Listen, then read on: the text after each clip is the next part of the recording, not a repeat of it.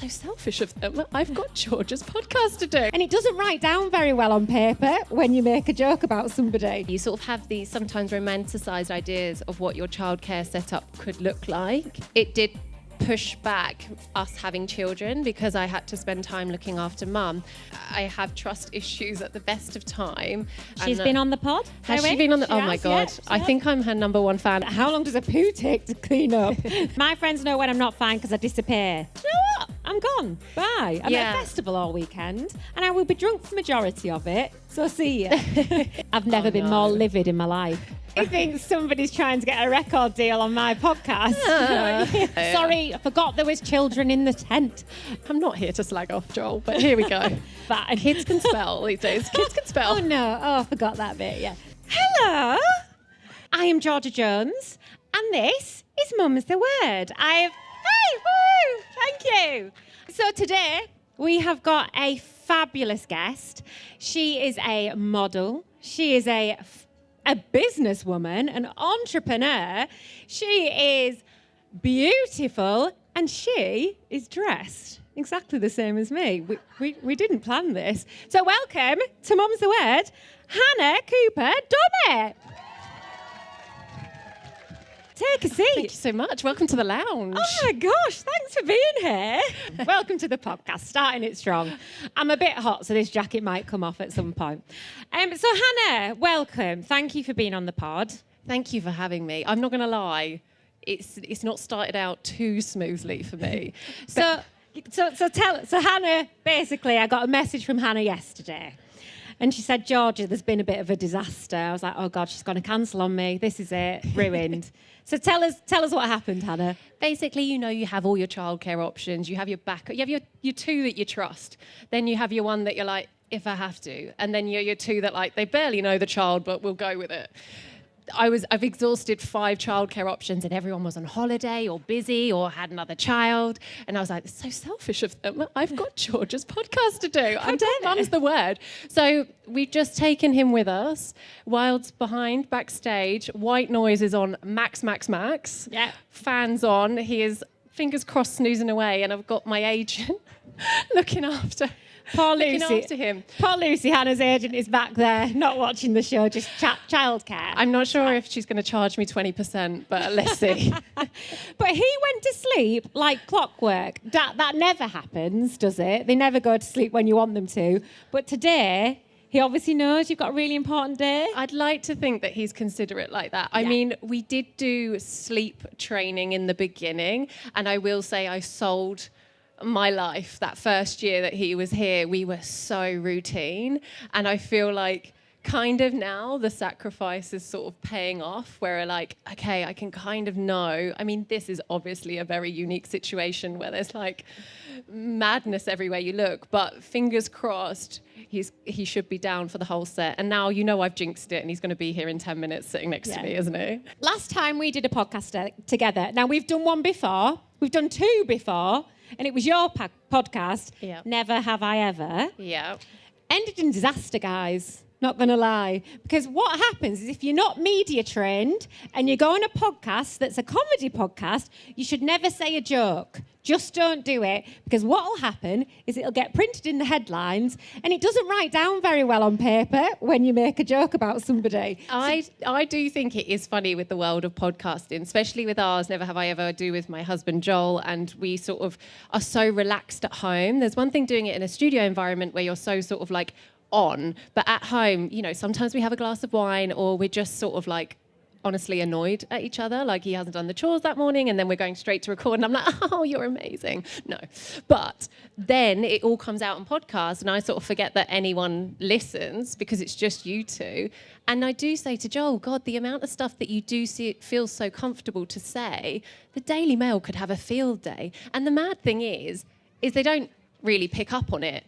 And then later, there could be a very random niche thing that they do pick up on. And like you say, it's out of context. But what I will say is that the perks of social media these days is that you can own your narrative. Yeah. So, I mean, as much as we love or hate the Daily Mail, sometimes it is hilarious.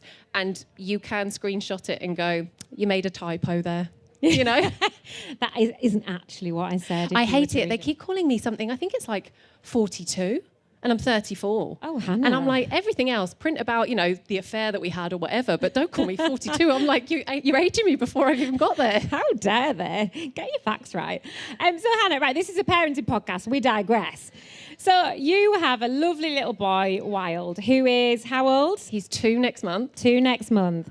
And he came into the world. And when he came into the world, it was a little bit different for you because I assume you always thought that you were going to have, your mum there, ready to go, free childcare. We all love a bit of free childcare from our grandparents, don't we? And she wasn't for certain reasons. So tell us a little bit about what happened and how that affected your parenting journey. Yeah, so my mum was a primary school teacher's assistant for year 1 for like 25 plus years. So we always had this joke, I'll quit my job, pay me £100 a month when you have kids and I'll be childcare. And I was like, I should have done it yesterday. I'm taking you up on that offer. And then, like you say, you sort of have these sometimes romanticised ideas of what your childcare setup could look like. And that for me was my mum being there most of the time and sort of just having that extra pair of hands. And then, it kind of things took a big turn during the pandemic where we found out that my mum had a brain tumour. And she needed to get it removed in surgery. And then during that surgery, she ended up having a big hemorrhage bleed on her brain, which led to her being unable to walk, paralysed on her right side. And one of the big things as well was not being able to talk. And it's something that's called aphasia. And I think that when that happened 4 years ago, of course, your world sort of falls apart and you're trying to, I was looking after mum and I was very much her caregiver. And it did push back us having children because I had to spend time looking after mum. And I'm very grateful that mum is still here. She's learnt to walk again. She's like stronger on her right side. Not strong enough, unfortunately, maybe to fully deal with a 2-year-old, and sort of the quickness that you need to follow them is quite tough. But she can be present and, do a babysit here and there. But the big one for me is the aphasia, which a lot of people are starting to get to know about with like stars like Bruce Willis, etc., having a similar thing. But it does make it very tricky. And I'm finding it, especially now that Wild is 2, the sort of level of language that my child has and my mum has is very similar. Oh, is it? Yeah, and don't get me, this would be a lot for her to do, but like a group of 4 or whatever should manage and sort of no background noise. Like we don't realise it here, but we can hear stages, we can hear people talking, which she can't filter that out, so then she gets very tired. And a 2-year-old can make you tired at the best of times, let alone if you have a brain injury, Definitely make you tired, yeah.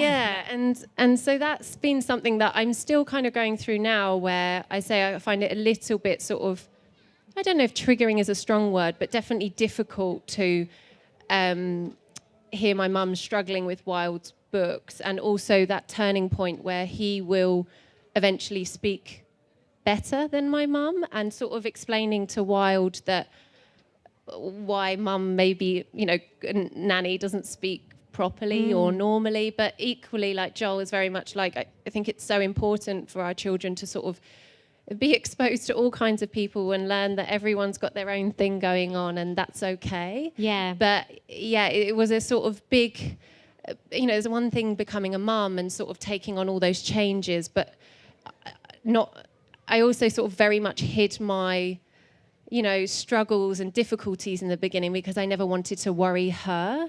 So it just meant in a way we sort of had to switch things up, and we sort of got help through a nanny that helped us do the sleep training, and I never saw that for my life. And I also feel like the word nanny can sound so like privileged in a way. And, 100%. And I definitely I have trust issues at the best of time, and I think bringing someone new in, I didn't want that to represent like I wasn't coping or couldn't cope, but in a strange way it was a blessing in disguise because she taught me so much and she was so experienced to help me in those first sort of months, and I could lean on her. And I mean, she's definitely a friend for life, and I feel so grateful. And also now I am glad that my mum can have that pure nanny time. You know, she's grandma and she can do whatever she needs to do, and there's no pressure in that way. And who knows, like, recovery is slow and it keeps going, and maybe one day she will be able to do things. But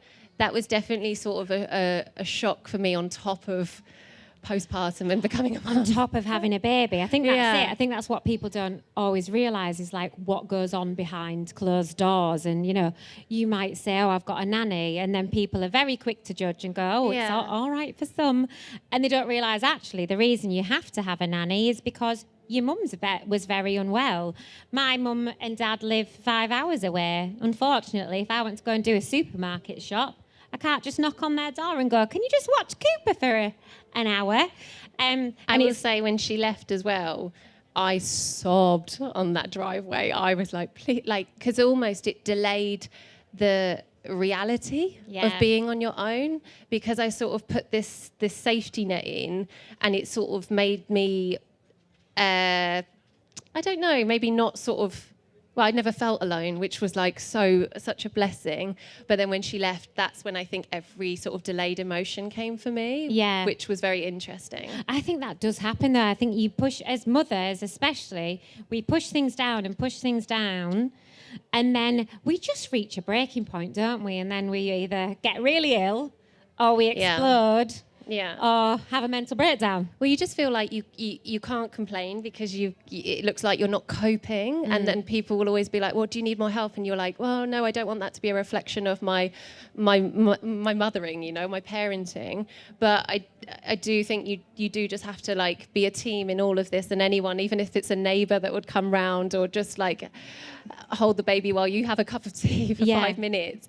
But it's I read a great book, and I think I read it a little bit too, not late, but it's by Zoe Blacksky, and it's called Motherkind. She's been on the pod? Has she been on the... Oh, my God. I think I'm her number one fan, and I honestly think I should work on commission because the amount of times I talk about this book. But it was the book that I needed when I didn't realise that I just felt validated. And that's the great thing with this podcast, is that you know, mothers can listen to it whilst they're up in the middle of the night, maybe struggling with, you know, breastfeeding and all these things. You just feel less alone. And that's the biggest thing I've learned, is to talk. Oh, 100%. It's that thing where you feel alone as a new mum, though, isn't it? And you can't explain it because you could have everybody. You could have the best support network, but there's that bit at 3 o'clock in the morning where your child is crying and you can't keep them settled, and you're just on your own, and you don't know how to deal with it. And I think it's the standards that you hold yourself to before you're like, I could do this, and you still think that you could do this, and this, and something's got to give.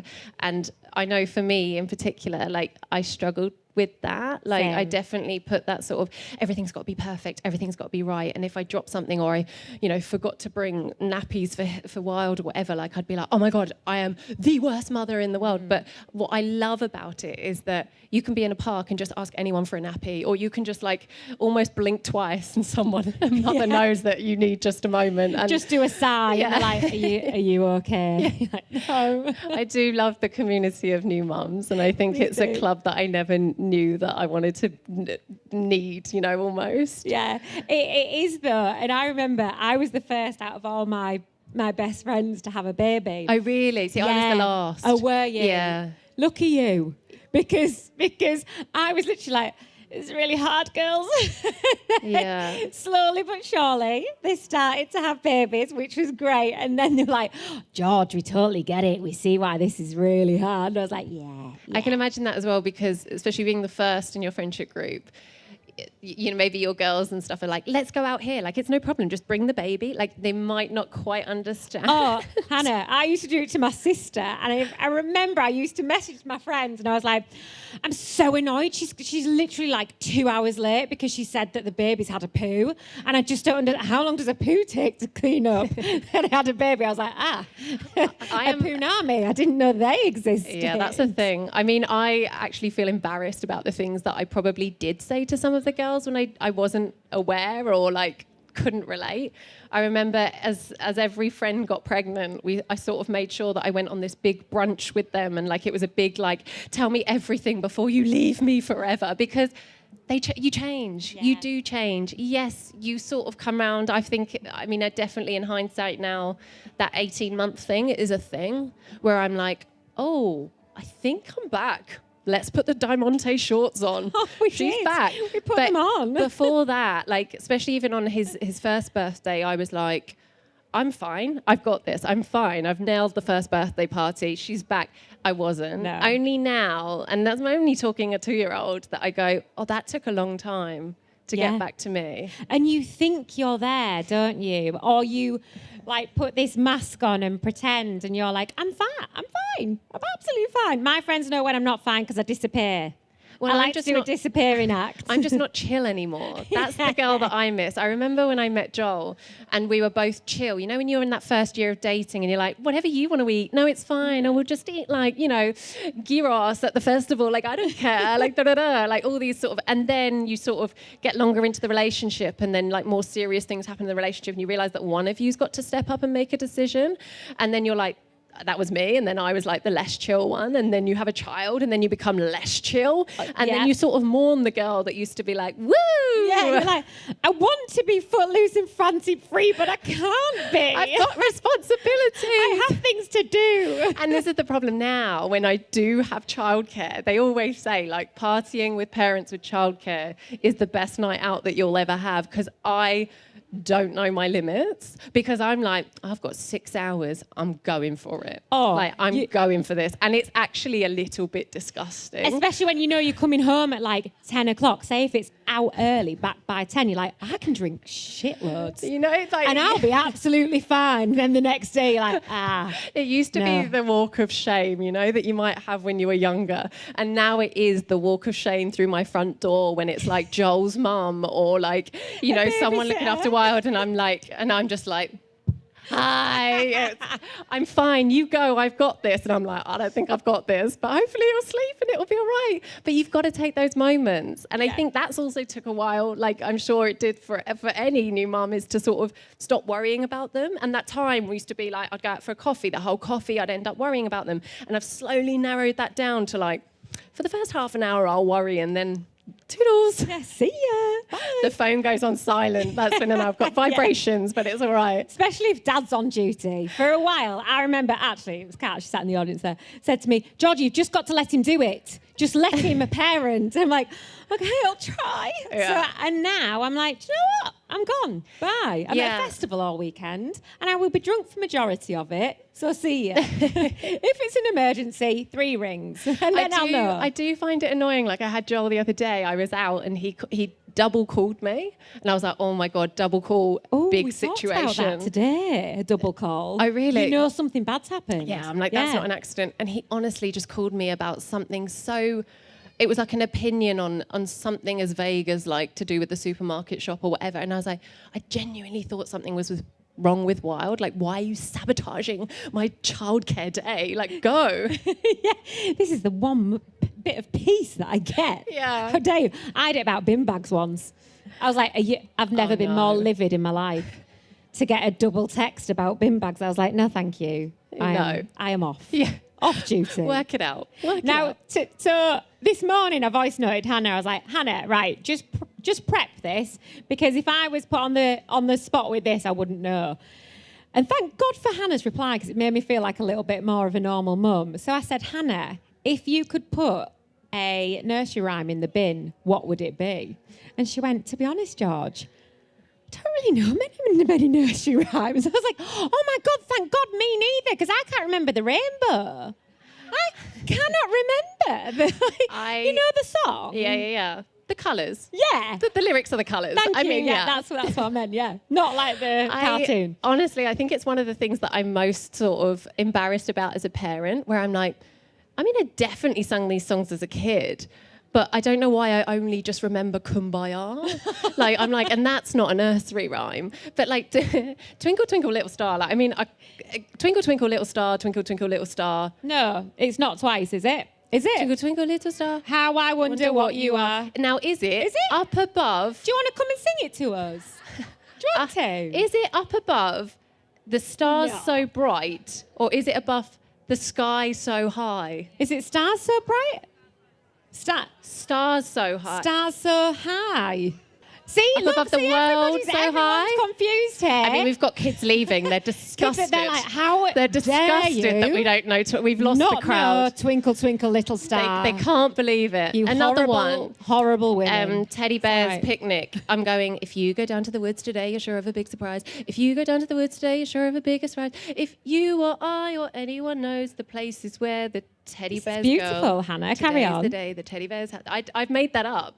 Like, I think I might go into my own album of Nursery. I think somebody's trying to get a record deal on my podcast. I know what you're doing. Watch out, Mariah. Watch out, Mariah. Celine She's Dion. on the main stage later doing Twinkle Twinkle Little Yeah. Star. Imagine Hannah's on the main stage later. We'll see you there. And I'll be like Robbie Williams, where I go, everyone sing it for me.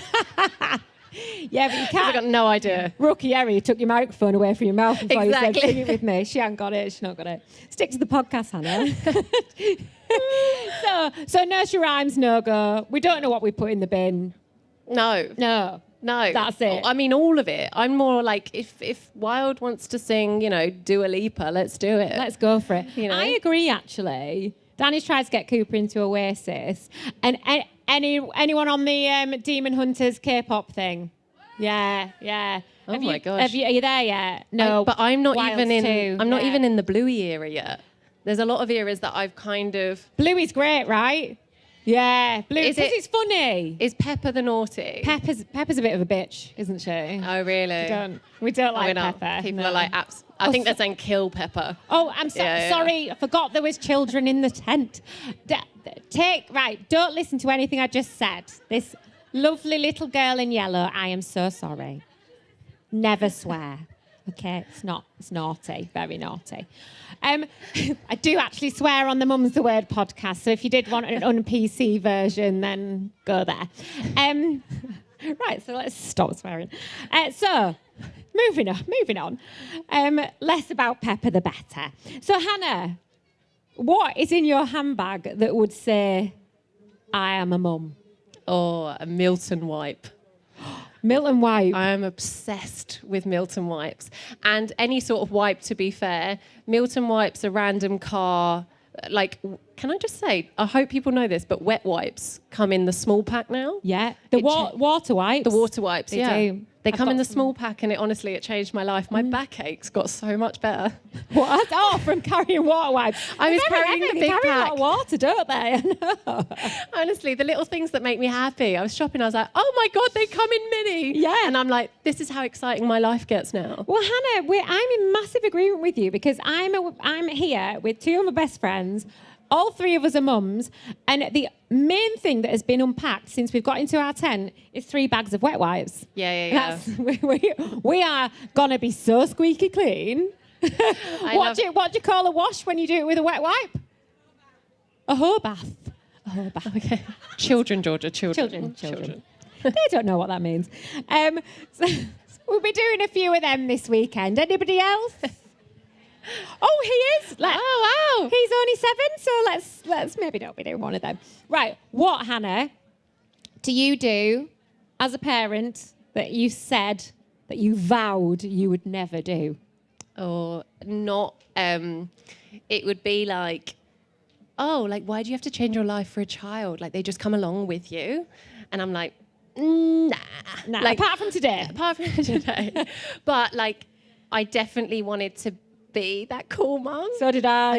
I don't think I've hit it. I mean, yeah, okay, she puts on a short and she thinks she's still got it. But You got it. It's just like my attitude towards parenting where I'm so like, oh my God, my precious prince, you lie down, I will be fine. You eat organic, I'll eat takeaways. Like everything is about him. I think that might change. It might balance out. But I definitely feel like I'm just sort of his servant. You are. We are. Up until what age? I do not know. 18. I want to be a bit more carefree. Like I'm so sort of inspired when I come to festivals and I see like mums just get on with it, and I really want to be that person. But I know inside I'm just got so much anxiety and panicking that he hasn't gone down by 1 o'clock. Oh, I mean, I know he's not done a poo today, and I'm like, that's happening at a festival. Great. And I've put him in dungarees, and this is the sort of thing that goes through my mind. fine. Isn't it mad that you get well into their poo schedule as well, don't you? Like, oh God, he's not had a poo today. He's going to be so out of sorts. I'm like later. shoving a banana down him like he's like baby born. It will come out the other end. Like it's fine. His pouch. That'll make you poo. Prunes. See, it's not cool. That's the problem. I'm thinking about poo schedules, sleep schedules whilst I'm at a festival. I mean, I think we probably all are, to be fair. Yeah, I'm sure a lot of people I haven't pooed in 3 days. You haven't? No.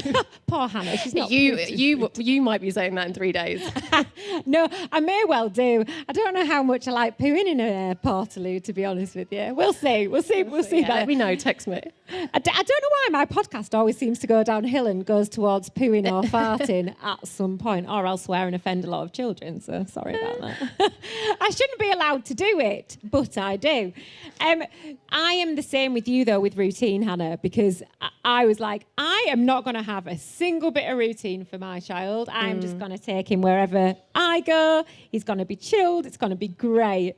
And then you realise really quickly, don't you, that like that just doesn't work a lot of the time. Yeah. Apart from like, you know, a festival where we'll be like, it's fine. They can have a late night. We don't mind if they're a bit aggy. We'll let them off. And or on holiday. Exactly. On holiday. Exactly. No, I still need to enter that cool mum era for sure. You will. You'll get there. I promise. How old's Cooper now? 7. Are you? I've got a good few years on you now, and I've only got to wait 5 years. Yeah, 5. She's got 5 years. You can do it, Hannah. I promise. Fine. You'll get there. I'm also not a cool mum, and I am very, very, very high maintenance when it comes to looking after Cooper. And I don't know why we then think that we're nags, and we're not. We're just organised. Yeah. We are the ones that have to organise every single thing and think about every single thing. But I have started doing, it's maybe a little bit of a vicious game with Joel, where I do go like, well, you pack the bag if you're taking him, whatever. Yeah, just sort his lunch. You got nappies, right? And the other day he went, yeah. And I was like, okay. And that day, I'm not even joking, Wild pooed 3 times. We had so many wees, we had so many accidents, and we ran out of nappies. And I was like, in the inside of me, I was like, oh my God. And I was like, you deal with it. Great. And like, but that's the thing. I think that's I definitely feel, I mean, I'm not here to slag off Joel, but here we go. Let's go. It is like, you know, he's a comedian. He's in his own world. It's like, he's very used to like, you're going to hate me saying this, runners. Don't get me wrong. He's low maintenance. He's chill, but he is a little bit away with the fairies. So I feel like almost I'm checking that he's got his coat. I'm checking that Wild's got his coat. I'm checking that Joel's got his nappies. I'm checking that Wild's got his nappies. Yeah. And I think that's the thing. You do sometimes just have to pull back because he's fully capable, but it's me in my head being a control freak. Do you think we make them less capable? Well, I think in a way you sort of allow for it, especially like you say, in the first sort of 6 months, I just felt like I needed to know everything. And actually like, the best thing you can do at that time is like, you know, like Joel made sure that he did the sort of the Hello Freshes or like did the sterilizer and give them jobs. And you can like, they can teach you that later on the line. Otherwise it's like, it's exhausting, you know? And it like, is. You can't remember anything. And then you put so much pressure on yourself that you've forgotten that one tiny thing. It's not fair. It's like a team, you know, it takes a village, and that village is already gone, and if you're lucky there's 2 of you doing it, and you kind of have to hope for the best. It's full on. And you've got to make your village sometimes as well, like 100%. You know, you with your mum and me with parents not being nearby, you have to kind of form your little village and then use them and actually genuinely use them as support like you need to, rather than just being, I'm fine. Everything's absolutely fine. I'm getting on really well. And I think allow a ball to drop here and there and make that sacrifice. Like, I think that's still a process that I'm going through where I think I can still do it all. And I think I just need to, like, you know, by saying no to a friend doesn't mean they're not going to be your friends anymore. If you can't make, you know, a dinner or a coffee or whatever, it's just like you have to look after yourself first. Yeah, I think that's it. And I think as well, if your friends are amazing, they understand that 100%, and they'll go, it's fine, she's tapped out, she needs to just have that little like moment where she's except when she's on a night out and they're like, Hannah, you need to go home. Hannah, go it's time. Me and Hannah realised very quickly that we're very, very similar people in that sense. Last time I was here at Feastival, quick story for you, with the actually the time before with the girls, I had to have a very, very long disco nap. And when I say long, I mean the entire day. Outside of the tent, it was hot. It was sweaty. I was ever so hungover. But I was child-free. Yeah, too excited. I was child-free. How are you going to pace like your 3 days now? I don't know. Okay. Learn nothing. Learn nothing. It's probably going to be very messy and wonderful. And I'm very, very excited. So just before we go, Hannah is also a boss, B-I-T-C-H. Actually, aren't you? I've only been a boss B-I-T-C-H for this year, though. Did I spell it right then? I did. Okay, fine. Kids can spell these days. Kids can spell. Oh, no. Oh, I forgot that bit, yeah. No, I think this year's been really great and I've really enjoyed... Oh. See? That's boss B-I-T-C-H The thing behaviour. is with people that sign languages, they have to use their hands and things get in the way, don't they? I've just, again, like, you sort of put these pressures on yourself after having a kid. Like, I've modelled for like 15, 16 years and I'm not doing that anymore, mainly out of I just couldn't fake it in my eyes anymore and then things start to move and it's just like mentally it's harder. So you sort of, go into the social media world and do content creation and Instagram. And then this sort of year, I've been really lucky to work with Warehouse and have my own collection and modelled by us. And have a jewellery collection with Posh Toddy. And kind of sort of, I'm really trying to tell myself to not have like this imposter syndrome because I almost can't believe that this has happened this year. And I sort of did put pressure on myself after having Wild to get back to work. And I went back to podcasting 3 weeks after he was born because I was doing it in the house. So I was like, I'm fine, I can sit on a couch and talk. But the problem is, emotionally, I probably wasn't in the right place to start talking 3 weeks after giving birth. Yeah. Hence why I'm so surprised the Daily Mail don't pick up on it. They're going to troll back. Yeah, there's someone from the Daily Mail here right now. They're going to troll back through Hannah's old podcast. It's just like, it's so interesting. And I feel like proud of myself this year that I've ticked those boxes that I've wanted to, but I've also learned to take the heat off myself a little bit, and just especially with social media, it's such a weird world if you're in it and not in it, because it's sort of, you're working for yourself, you're freelance, you don't know when the next thing is going to come in, so then you sort of end up taking everything or having nothing. But I will say, like, having a child has made me sort of prioritize what I do actually want to be seen doing and want to do and what works around Wild. So I do sort of feel appreciative of that. And, when he was born, I remember the birth certificate and it says, mum, occupation. And I was like, I think I'm a model. And I was like, she's definitely not modeling anymore. And it kind of triggered this thing in me where I was like, well, who am I? What am I? Like, what am I doing? And I think we do live in a world where it's like, almost one thing's not enough. And then I sort of go, I'm this, and a mother. Where I'm like, actually, it's like, I'm a mother, and that is a full-time job. Amen. And that gets no holiday. Yeah. And, that's the first. And then everything else is a bonus, Yeah. Well, you should be proud of yourself. We all should. Anyone here that is a parent or not, be proud of yourself. But Hannah, it has been absolutely delightful. Thanks for having me. I do love a waffle. Oh, we love a waffle. We could waffle for hours, but we are going to have to stop. And you are going to have to go and watch some music.